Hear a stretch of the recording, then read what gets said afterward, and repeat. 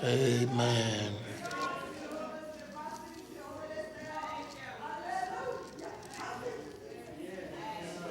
Amen. Amen. This morning, I would ask that we would look to the gospel as recorded by St. John, verses 10 through 14. Gospel as recorded by St. John, chapter 1, verses 10 through 14.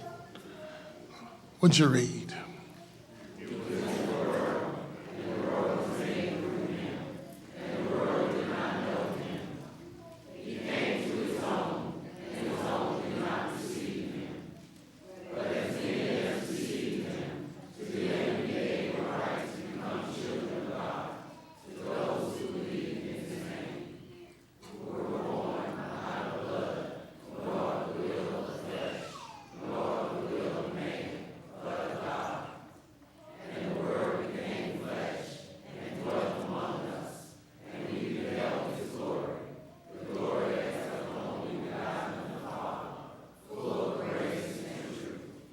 Amen. You may be seated. Verses 10 and 11. He was in the world, and the world was made through him, and the world did not know him.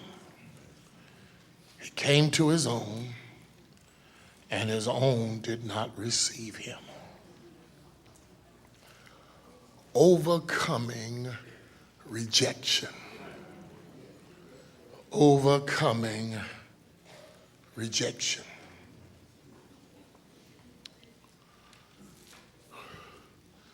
Johnny was excited and anxious because the school prom was just weeks away. He's excited because as a senior, he knows that this is probably the last time that he'll be able to go to a prom. But adding to his anxiety is the fact that he had not invited anybody to be his date. Phyllis Hunter was the most popular girl at school. She was smart, she was cute, she was a cheerleader and the class president. Johnny had a crush on Phyllis. Had that crush for the past 2 years. But he was afraid to ever say anything to her. Johnny finally got up the nerve to ask Phyllis if she would be his prom date. But Johnny was disappointed when she turned him down because she had already agreed to go with someone else. Sarah Harvey sat at the table with her mother. All of a sudden, she said to her mother, "Mama,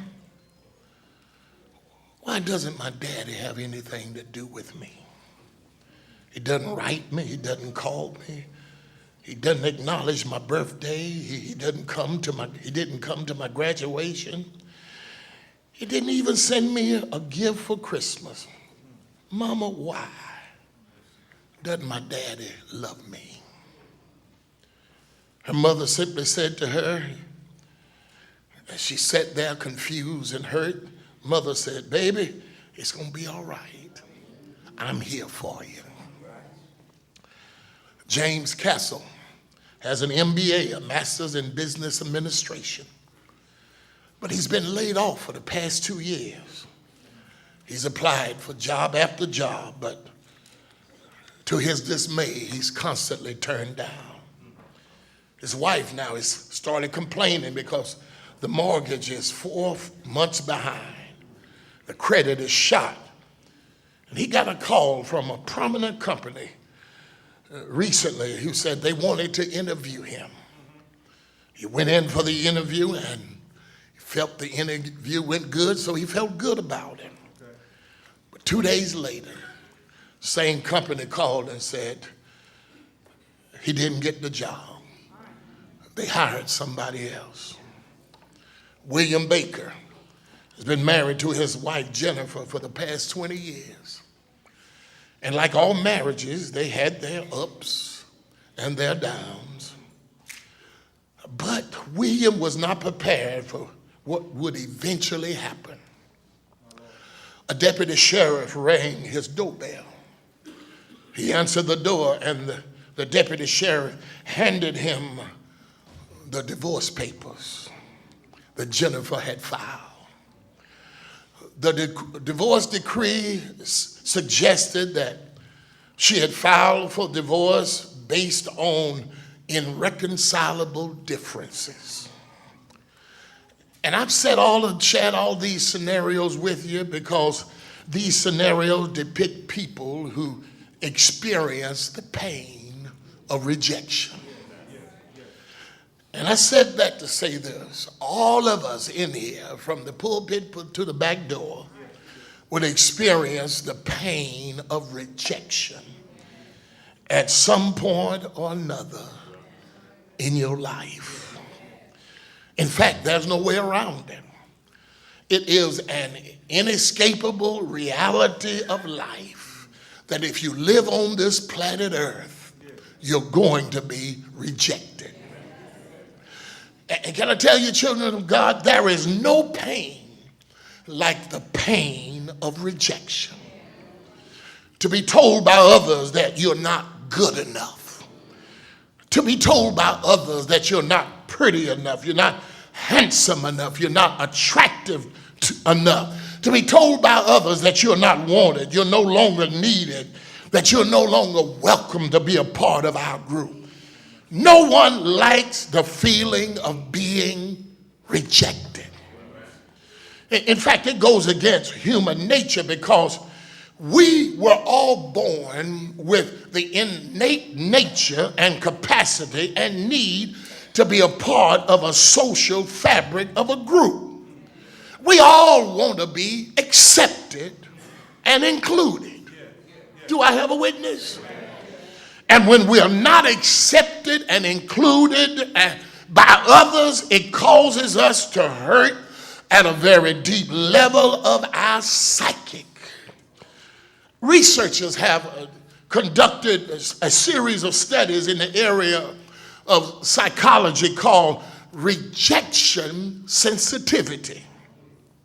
And according to one of the researchers, Ethan Cross, he says that rejection sensitivity is the tendency to anxiously expect, readily perceive, and intensely react to rejection. Scholars have discovered, as they study the effects that rejection has on the brain as it releases chemicals into the brain, when people are exposed to stimuli that represents rejection, they have discovered that some people have what is called high rejection sensitivity. And high rejection sensitivity simply means that you are greatly affected by rejection, that you have a problem dealing with rejection, and that you have a problem getting over rejection. And then others have what is called low rejection sensitivity, which means it doesn't affect you as much. You can be rejected and yet you have the ability to move on with your life. But all of us will experience rejection, even though we don't all cope with rejection the same way. All of us will experience rejection. Some people respond to rejection by remaining cool and calm and under control. But others respond to rejection by lashing out and becoming angry, or by withdrawing themselves because of a feeling of dejection and depression. Pearlie Weird has suggested that rejection has serious implication for a person's psychological state and for society in general. social rejection can influence the emotion, cognition, and even your physical health. While rejection, children of God, is a common experience for all of us, it matters how we respond to rejection. And let me tell you that how we respond will make all the difference in the world. How does rejection affect you? Are you able to just shrug it off? Act like it doesn't bother you? Are you able to get beyond it? Can you ignore it? Or does rejection paralyze you? Cause you to give up on life, give up on your hopes, give up on your dream. Brothers and sisters, I want you to know I've got some good news for you. And the good news is that God can help you to get over, get beyond, get past, get to the other side of your rejection. Huh? Because you learn that regardless as to who else rejects you, you are always accepted by God. Do I have a witness? And no one knew the pain of rejection more than Jesus. John, in the prologue of the gospel that bears his name, introduces Jesus to the world. And he portrays Jesus not only as being fully God, but he says in verse 1, in the beginning was the Word, the Logos, and the Word was with God, and the Word was God. But he also presents Jesus as being fully human. Because verse 14, and the Word became flesh and dwelt among us. And as a human being, Jesus would experience the full range of emotions and pains and issues, good and bad, just like you and I. And Jesus himself experienced the pain, the awful pain of rejection. In verse 11, and when John says, he came unto his own, and his own did not receive him. So I think this morning that we can learn from Jesus about rejection and how to deal with it. First of all, I think that this text is teaching us this morning that, number one, you will be rejected. Anybody here have never been rejected? Okay, we're on the same page. You will be rejected. There's no way around it. It's a fact. It's a reality. You cannot escape it. You will be rejected at some point and at some times in your life. And the first thing I want to tell you is that sometimes you're going to be rejected by people who are close to you. That's the first thing I want to tell you. Sometimes you're going to be rejected by people who are close to you. Listen to what he says in verse number 11.